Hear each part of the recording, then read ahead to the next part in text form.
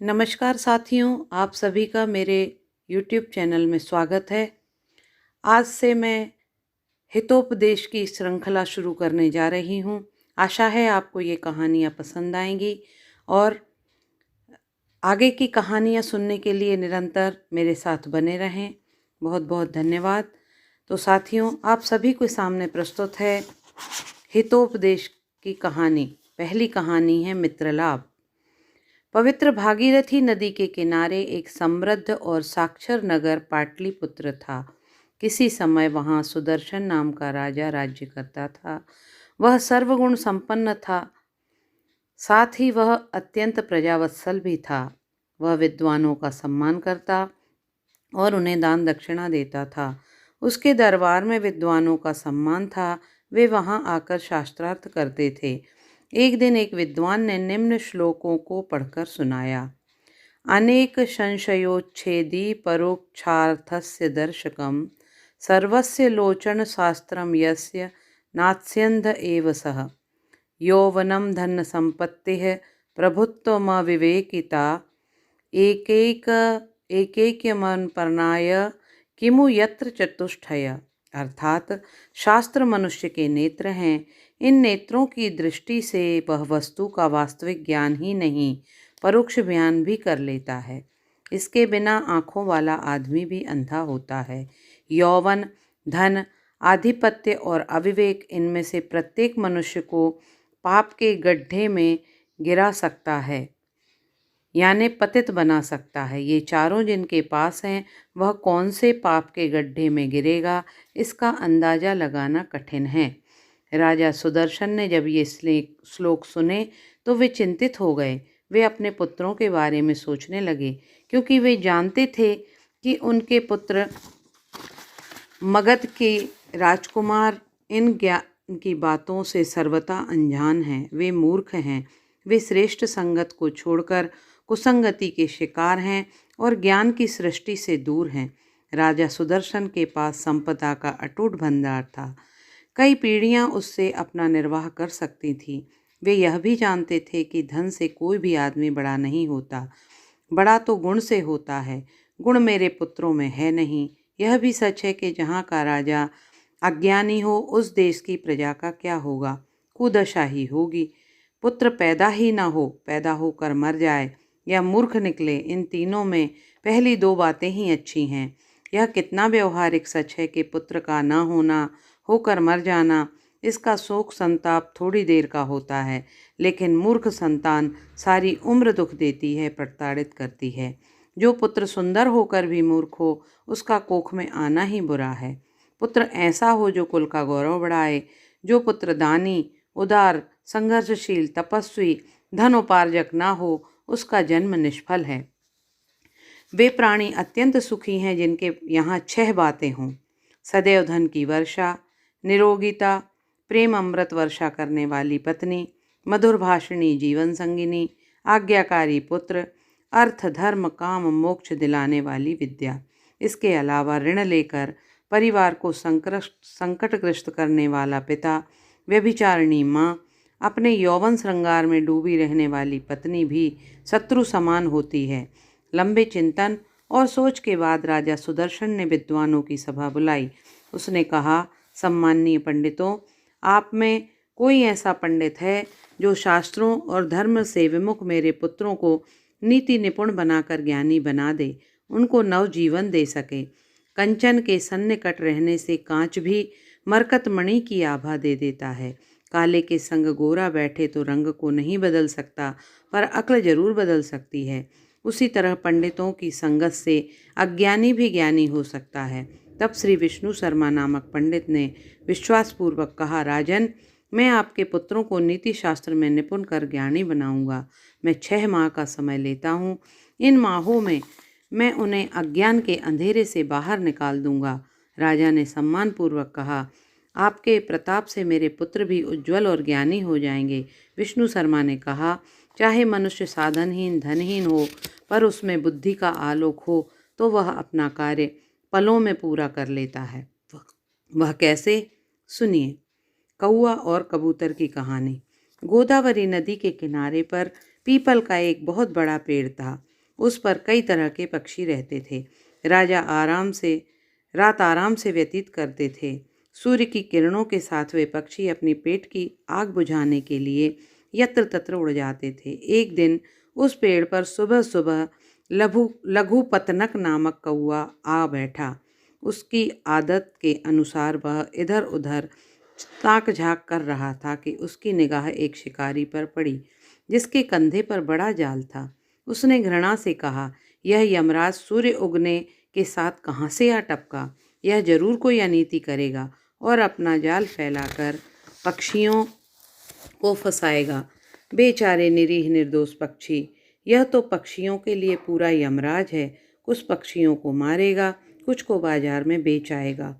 कौआ उस पर नजर जमाए बैठा था। कहा भी है कि मृत्यु, कष्ट और विपदा का भय हो तो उसका निराकरण तुरंत कर देना चाहिए। कौआ सजग था। उसने देखा कि शिकारी ने थोड़ी दूर आगे जमीन पर चावल के दाने बिखेरे हैं। वहां अपना जाल फैला दिया। फिर स्वयं एक पेड़ के मोटे तने की ओट में छुपकर बैठ गया। उस समय कबूतरों का राजा चित्रग्रीव अपने परिवार के कई सदस्यों के साथ आकाश में उड़ रहा था। उसकी निगाह चावल के दानों पर पड़ी। उसके साथियों की नज़रों में भी चावल पर गड़ गईं। एक बुजुर्ग कबूतर ने कहा, कपूतराज, जमीन पर चावलों के दाने पड़े हैं, चलो खाएं। कपूतराज ने गंभीर होकर कहा, मूर्खों, इस जंगल में चावल के दाने कहाँ से आए? बुद्धि से सोचिए। मुझे तो दाल में काला नजर आ रहा है।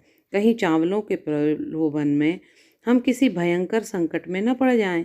हमारी वैसी दुर्गति न हो जैसे सोने के कंगन के लालच में यात्री की हुई थी, जो स्नान करते हुए दलदल में फंस गया और बूढ़े बाघ का भोजन बन गया। कबूतरों ने पूछा, वह कैसे? चित्रग्रीव ने कहा, सुनो, बताता हूँ। वे सुनने लगे। लालची यात्री और बूढ़ा शेर। एक बार की बात है, दंडक वन में उड़ते हुए मैंने पेड़ पर बैठकर आराम करने की सोची। थक गया था। पेड़ के पास ही एक तालाब था। मुझे भी प्यास लगी थी। सोचा कि सुस्ता कर पानी पी लूँगा। तभी मेरी दृष्टि शेर पर पड़ी। जो बूढ़ा है वह तालाब में नहाकर हाथ में स्वर्णिम चमकदार कुशा लेकर बाहर निकलता है। वह कुशा एकदम सोने की सी लगती है। कहा ना, शेर बूढ़ा और असक्त था। शिकार करने की उसकी क्षमता नहीं थी। भूखा था। अप्रत्याशित तालाब के पास से गुजरते हुए चंद यात्रियों को देखा। तीव्र बुद्धि शेर ने शिकार फांसने के लिए नया दांव मारा। वह यात्रियों की ओर देखकर जोर से बोला, भाइयों, यह सोने का कंगन तो लेते जाओ। शेर की आवाज़ सुनकर सारे यात्री रुक गए। सोचने लगे, सोने का कंगन, वह भी शेर के पास। ताज्जुब, सोने का कंगन शेर के पास कैसे? जरूर इसमें कोई घोटाला है।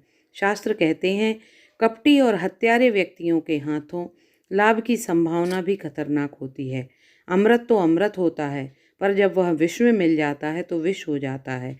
लेकिन धन के उपार्जन में खतरे उठाने ही पड़ते हैं। ऐसा एक यात्री ने सोचा और शेर के पास चला गया। शेर मन ही मन प्रसन्न हुआ। इसके पहले लोग शेर की लंपटता का आभास पाकर आगे बढ़ जाते थे। इस बार शेर का नाटक सफल रहा। यात्री ने शंका प्रकट की, तुम्हारे पास कंगन कहाँ है? शेर ने हाथ फैलाकर कंगन दिखा दिया। लेकिन तुम तो हिंसक हो, तुम्हारा कैसे विश्वास किया जाए? आदमी ने कहा। लालची आदमी प्राय भ्रमित हो जाते हैं। उसे कुशा भी स्वर्ण कंगन सी लगी। शेर ने गंभीर स्वर में कहा, तुम ठीक कहते हो। यदि मैं तुम्हारी जगह होता तो यही सोचता, लेकिन सच तो कुछ और है। मैं जब युवा था तो बड़ा शक्तिशाली था। तब मैंने भयंकर रक्तपात किया था। गायों को खा गया, मनुष्यों को चबा गया। इन पापों से मेरा सारा कुटुंब विनाश को प्राप्त हो गया। न पत्नी रही, न बेटे। पापों के कारण सब कुछ चला गया। अब मैं एक धर्म प्राण व्यक्ति का जीवन बिता रहा हूँ। धर्म ही जीवन है, यह मुझे एक धर्मात्मा ने बताया ताकि मैं अपने पापों का प्रायश्चित कर सकूं। अब मैंने हिंसा का परित्याग कर दिया है। उन्होंने यह भी बताया कि मुझे दान पुण्य में लग जाना चाहिए। उनके उपदेशों के कारण ही मैं नाम मात्र का शेर रह गया हूँ। सुनो, शास्त्रों में 8 प्रकार के धर्मों का उल्लेख है। यज्ञ, वेदों का अध्ययन, दान, तप, सत्य, भाषण, धैर्य, क्षमा, लोभ तथा त्याग। इनमें पहले 4 तो यश कमाने के लिए हैं, शेष महात्मा लोगों के आचरण हैं। मैं तो नितांत त्यागी हो चुका हूँ, फिर भी अपने स्वभाव के कारण मैं आदमखोर कहलाता हूँ। जबकि यह सत्य है कि मैं यह कंगन दान देना चाहता हूँ, वह भी सुपात्र को। संसार का नियम है कि वह व्यभिचारिणी स्त्री और गो हत्यारे ब्राह्मण की बात नहीं सुनता। मैं कोई अज्ञानी नहीं हूँ। मैंने धर्मशास्त्र भी पढ़े हैं। सुबाई सुनो, शास्त्रों ने कहा है, जैसे परती धरती पर वर्षा और क्षुधित प्राणी को भोजन देना सार्थक होता है, उसी तरह दरिद्र को दान देना भी सार्थक होता है। जैसे मुझे अपने प्राण प्यारे हैं, उसी तरह सबको अपने प्राण प्यारे हैं। श्रेष्ठ धन सबको अपने जैसे ही समझते हैं और प्रेम भाव रखते हैं। देखो, अपमान, दुख, भले बुरे प्रसंग में जो अनुभूति स्वयं को होती है, वह दूसरों को होती है। उसमें दुख सुख की अनुभूति भी समान होती है। यही विचार कर सज्जन लोग दूसरों पर दया करते हैं। शास्त्रों ने श्रेष्ठ जन उसी को माना है जो पराई स्त्री को माता और दूसरे के धन को मिट्टी माने, साथ ही समस्त लोगों से श्रेष्ठ व्यवहार करे। मुझे अपने ज्ञान से पता चल गया है कि तुम बहुत ही दरिद्र हो। मुझे ज्ञान से यह भी ज्ञात है कि निर्धन को धन देने से पाप धुल जाते हैं। धनी को धन देने से कोई लाभ नहीं। रोगी को दवा देने से धर्म होता है, पर निरोग को दवा देने से क्या लाभ। मेरी दृष्टि में सच्चा दान वही है जो जरूरतमंद को दिया जाए, उससे वापसी की कोई आशा न रखी जाए। दान देश, काल और पात्र को देखकर ही दें। इसलिए मेरी प्रार्थना है कि तुम तालाब में स्नान कर पूजा पाठ करो, फिर इस कंगन को दान में ग्रहण करो। इस दान से मेरे पापों का बोझ कम होगा। मेरे भाई, आत्मीयतापूर्ण बातों में यात्री पूरी तरह फंस गया। यात्री का प्रलोभन बढ़ गया। बहुमूल्य कंगन, वह भी दान में मिलेगा। उसका मन मयूर नाचने लगा। वाह वाह वाह वाह, इस कंगन से उसके कई अपूर्ण कार्य पूरे हो जाएंगे। वह आंतरिक प्रसन्नता में गदगद हो गया। वह तुरंत कपड़े उतार कर तालाब में कूद गया। उसके संगी यात्रियों ने उसे रोका, किंतु वह तो लालच में अंधा था। दरअसल तालाब में ऊपर से तो पानी था, पर नीचे दलदल था। वह उसमें फंसता गया। उसने ज्यों-ज्यों हाथ पांव मारे, त्यों-त्यों वह दलदल में ज़्यादा फंसता गया। शेर ने भोलेपन से कहा, अरे तुम तो दलदल में फंस रहे हो। हाँ हाँ, जंगल के दयालु राजा शेर, मैं दलदल में फंस रहा हूँ और निकल नहीं पा रहा हूँ। अब मैं क्या करूँ? अब तो मुझे करना है। देखो, तुम्हें अभी कीचड़ से निकालता हूँ। और फिर शेर ने उस लालची पुरुष की ओर हिंसक दृष्टि से देखा और वह उसे खा जाना चाहता है। फिर उस पर छलांग लगाकर उसकी गर्दन को झपट्टे में ले लिया। अरे, तुम मुझे बचा रहे हो या मार रहे हो? तुम तो अपने को धर्मात्मा व दयालु कहते हो। छोड़ो। शेर गरज कर बोला, मैं धर्मात्मा और दयालु बाद में हूँ। पहले शेर, आदमखोर शेर, बूढ़ा हो गया हूँ। अतः तुम्हारे जैसे लोभी आदमी को सच्ची झूठी बातों में फंसाकर अपना शिकार बनाता हूँ। उसने यात्री को और दबोच लिया। यात्री ने सोचा, दुरात्मा लोग धर्मशास्त्र और वेद पाठी होने का कितना भी ढोंग करें, पर वे अपने मूल स्वभाव का परित्याग कभी नहीं कर सकते। जैसे गाय का दूध उसके स्वभाव के अनुसार मीठा ही होता है। विद्वान ठीक कहते हैं, जिन्हें अपनी इंद्रिय व चित्र पर नियंत्रण नहीं, उनके लिए स्नान, ज्ञान, दान इसी तरह निरर्थक हैं जैसे हाथी नहा धोकर भी धूल में लौटने में सुख पाता है। ऐसे जीवों के लिए ज्ञान भी भार स्वरूप बन जाता है, जैसे विधवा स्त्री के लिए आभूषण। यात्री को अपनी मूर्खता पर पछतावा हो रहा था। उसने हिंसक शेर पर क्यों विश्वास किया? नदियों, शस्त्रधारियों, नखधारी बनेलों, सींग वाले पशुओं, स्त्रियों व राजवंशियों पर कभी भी भरोसा नहीं करना चाहिए, क्योंकि इनका मन बदलते देर नहीं लगती। मैं तो भूल गया था कि सबकी परीक्षा उसकी जाति और रक्त के आधार पर की जाती है, न कि उसकी सीखी सिखाई बातों से। उस समय सारे के सारे गुण धरे के धरे रह जाते हैं, जब मनुष्य और पशु अपनी असलियत यानी अपने मूल स्वभाव में आता है। शायद मेरे भाग्य में इसी मृत्यु का संयोग था। चंद्रमा आकाश में विराजता है, वह अंधेरे को मिटाता है, चांदनी बरसाता है, चांद तारों से घिरा रहता है, फिर विधि योग से उसे राहु ग्रस लेता है, उसे ग्रहण लग जाता है। विधाता ने जो भाग्य में लिख दिया, उसे भला कौन मिटा सकता है? यात्री अपने भाग्य का रोना रो रहा था, तभी शेर ने उसे मारकर खाना शुरू कर दिया। आहिस्ता आहिस्ता वह उस लालची यात्री को चट कर गया।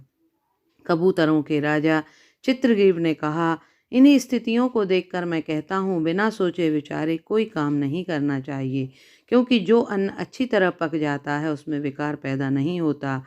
पढ़े लिखे पुत्र को भी दुख नहीं होता। पतिव्रता नारी कभी अधर्म नहीं करती। संतुष्ट राजा का अधिकारी हानिकारक नहीं होता। सोची समझी बात से कोई नुकसान नहीं होता।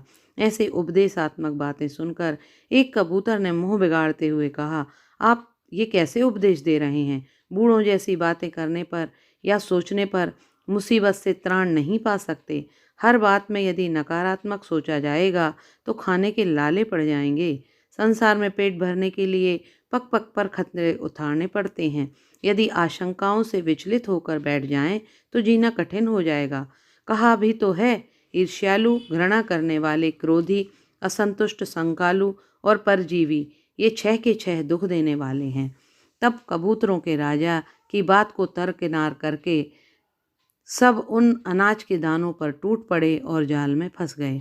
लोभ ऐसी बुरी बला है कि श्रेष्ठ से श्रेष्ठ व ज्ञानी से ज्ञानी लालच में फंस जाते हैं।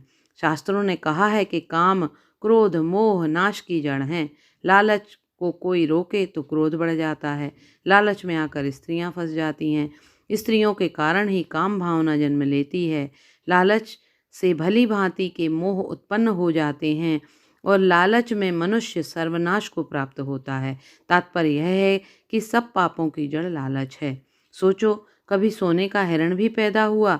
इस सत्य को जानकर भी दशरथ नंदन राम भी सोने के हिरण के लालच में फंस गए। कष्ट आना हो तो बड़े बड़े ज्ञानी महात्माओं की बुद्धि भ्रष्ट हो जाती है। कबूतर जाल में फंस गए। शिकारी की चाल सफल हो गई। अपने राजा का कहना न मानकर कबूतरों ने अपने प्राण संकट में डाल लिए। कहते हैं, किसी काम में अगुवाई मत करो। यदि काम सही हो गया तो शाबाशी के हिस्सेदार हो जाएंगे और बिगड़ जाने पर सारा दोष अगुवाई करने वाले के मत्थे मढ़ दिया जाएगा। कबूतरों का राजा बोला, बंधुओं, इसमें इस कबूतर का क्या दोष है? वह भूख के मारे हुआ।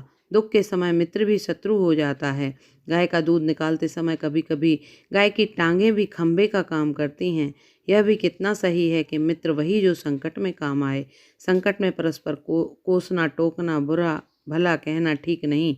दुख में घबराना कायरों का काम है। जब धैर्य से सोचकर संकट से उबरने का उपाय कीजिए। बताया गया है, संकट में धैर्य, युद्ध में पराक्रम, सभा में वाक्पटुता और आंखों में अपनत्व रखना बड़े व्यक्तियों के लक्षण हैं। यह कितनी सही बात है कि धनी होकर जो अपने अतीत को नहीं भूलता वह ही श्रेष्ठ व्यक्ति होता है। जीवन में सुख सुविधाएं प्राप्त करने के लिए अधिक निद्रा, आलस्य, शिथिलता, भय, क्रोध का त्याग करना चाहिए। इस सूत्र को अपना लेना चाहिए कि कल करे सो आज कर, आज करे सो अब। अब कबूतरों की मौत उनके काफ़ी निकट थी। सब सोच रहे थे, मरता क्या नहीं करता। आखिरकार उन्होंने सोचा, इस जाल को लेकर उड़ जाएं अथवा किसी मदमस्त हाथी से इसकी रस्सी बांध दी जाए। कबूतर के राजा ने सबको प्रेरणा दी कि हम क्यों ना हिम्मत को पहचानें। उसने कहा, संकट में धैर्य न छोड़कर अपनी संगठित ताकत को काम में लें। जागो भाइयों, एकता में काफ़ी ताकत होती है। तिनका तिनका बुनकर रस्सी बनता है, बूंद बूंद से सागर बनता है। क्या हम सारे कबूतर मिलकर इस छोटे से जाल को नहीं उड़ा सकते? बोलो। हाँ हाँ, उड़ा सकते हैं, हम में इतना साहस है। सब एक साथ बोले। फिर क्या था, सब ने मिलकर अपनी शक्ति का इस्तेमाल किया। वे जाल समेत उड़ चले। देखते देखते आकाश में काफ़ी ऊंचे चले गए। शिकारी पहले तो हतप्रभ रह गया, फिर वह कबूतरों के साथ साथ दौड़ा। आखिर थक हार कर अपना सर पीटता रह गया। शिकार तो शिकार, अपना जाल भी उसने खो दिया। अब कबूतरों ने अपने राजा से पूछा, श्रीमान, अब हमें क्या करना चाहिए? हमारी चिंताएं बढ़ रही हैं, अभी सोच कर बताता हूँ। राजन, आपने हमें उस शिकारी से बचाकर तो असीम कृपा की। यह भी सिद्ध कर दिया कि आप हमारे सच्चे राजा हैं, जिन्होंने संकट में अपनी प्रजा की रक्षा की। यदि आप चाहते तो हमें छोड़कर मृत्यु के मुख से बचा सकते थे। आपने अपने ज्ञान के कारण हमारा अनुसरण नहीं किया और अब आप आज़ाद हैं, लेकिन आपने हमारा साथ नहीं छोड़ा। हम इस जाल से कैसे मुक्त हों, इसका उपाय बताइए। चित्रग्रीव ने अपने बन से कहा, भाई, दूसरे लोग तो स्वार्थवश एक दूसरे के मददगार बन जाते हैं, मगर माता पिता और मित्र ये तीनों स्वभाव से हितैषी होते हैं। इसलिए मुझे अपने मित्र हिरण्यक की याद आ रही है। वह चूहों का राजा है और गंडक नदी के तट पर स्थित चित्रवन में रहता है। वह हम सबके जाल के बंधन काट सकता है। सब कबूतर जाल को उड़ाकर गंडक नदी के पास स्थित चित्रवन में हिरण्यक के पास पहुंचे। हिरण्यक ऐसे बिल में रहता था जिसके कई रास्ते थे। संकट आ जाने पर वहां से आसानी से भागा जा सकता है। कबूतरों को लगा कि सुरक्षा पूरी और पक्की है। आगे की कहानी जानने के लिए मेरे हितोपदेश कहानी के दूसरे भाग को सुनिएगा। बहुत बहुत धन्यवाद।